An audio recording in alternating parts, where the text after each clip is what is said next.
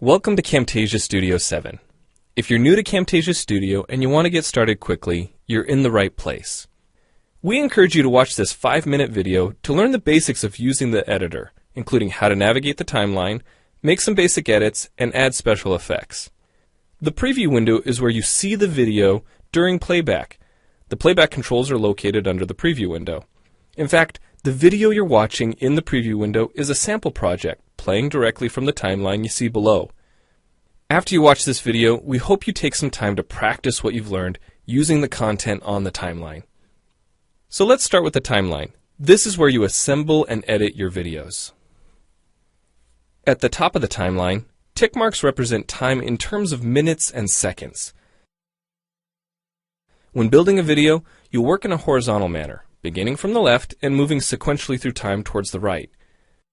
To make precise cuts and selection, use the zoom slider to magnify the view of the timeline.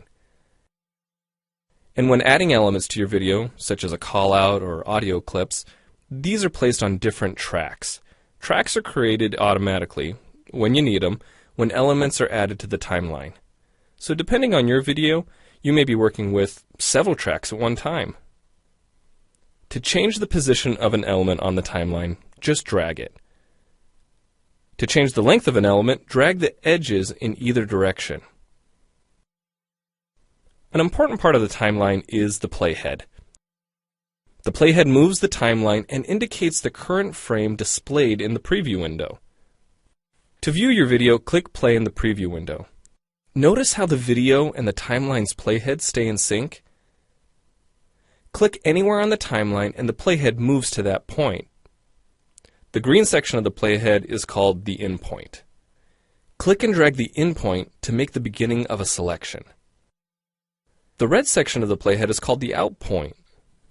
Just click and drag the out point to make the end of a selection. To bring the sections of the playhead back together, double-click the gray playhead. To split a video clip, position the playhead at the desired location and click the split button.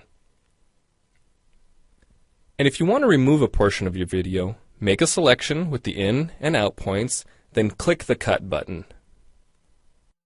If you make a mistake while editing, click the undo button. Next, we'll look at the clip bin and the library. The clip bin holds recordings, audio files, images, and title slides being used in the project you're currently working on. Then there's the library. It stores video clips, intros, callouts, title slides, and other elements that you want to use from project to project. The library is also pre-populated with professional animations, music, sound effects, and other content you can use in your video for free. To add your own clips or video sequences to the library, make a selection on the timeline, right-click, and choose Add to Library. To include clips and other elements in your video, drag them from the clip bin or library and drop them onto the timeline. The tabs located above the timeline are task pages used for adding and editing special effects. You can add callouts to emphasize a key point. You can insert a transition between clips for a professional look. Apply zoom and pan effects to focus on important details.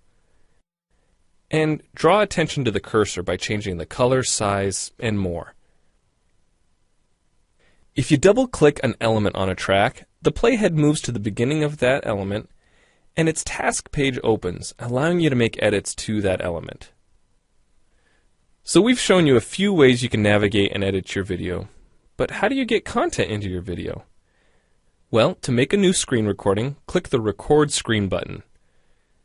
If you already have an audio or video recording to use, click the Import Media button. When you've made edits and added effects to your video and you're ready to share it, you need to produce the project to create a shareable video. Click the Produce and Share button, step through the wizard, and Camtasia Studio creates a viewer-friendly, shareable MP4 file ready to upload to screencast.com, your blog, or a website. Well, it's time for you to try Camtasia Studio out for yourself using the content on the timeline.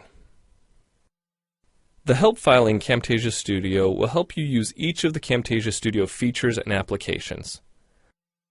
The Learning Center on TechSmith.com has in-depth video tutorials and other sample projects to download and practice with. So we hope you enjoy Camtasia Studio. And happy screencasting!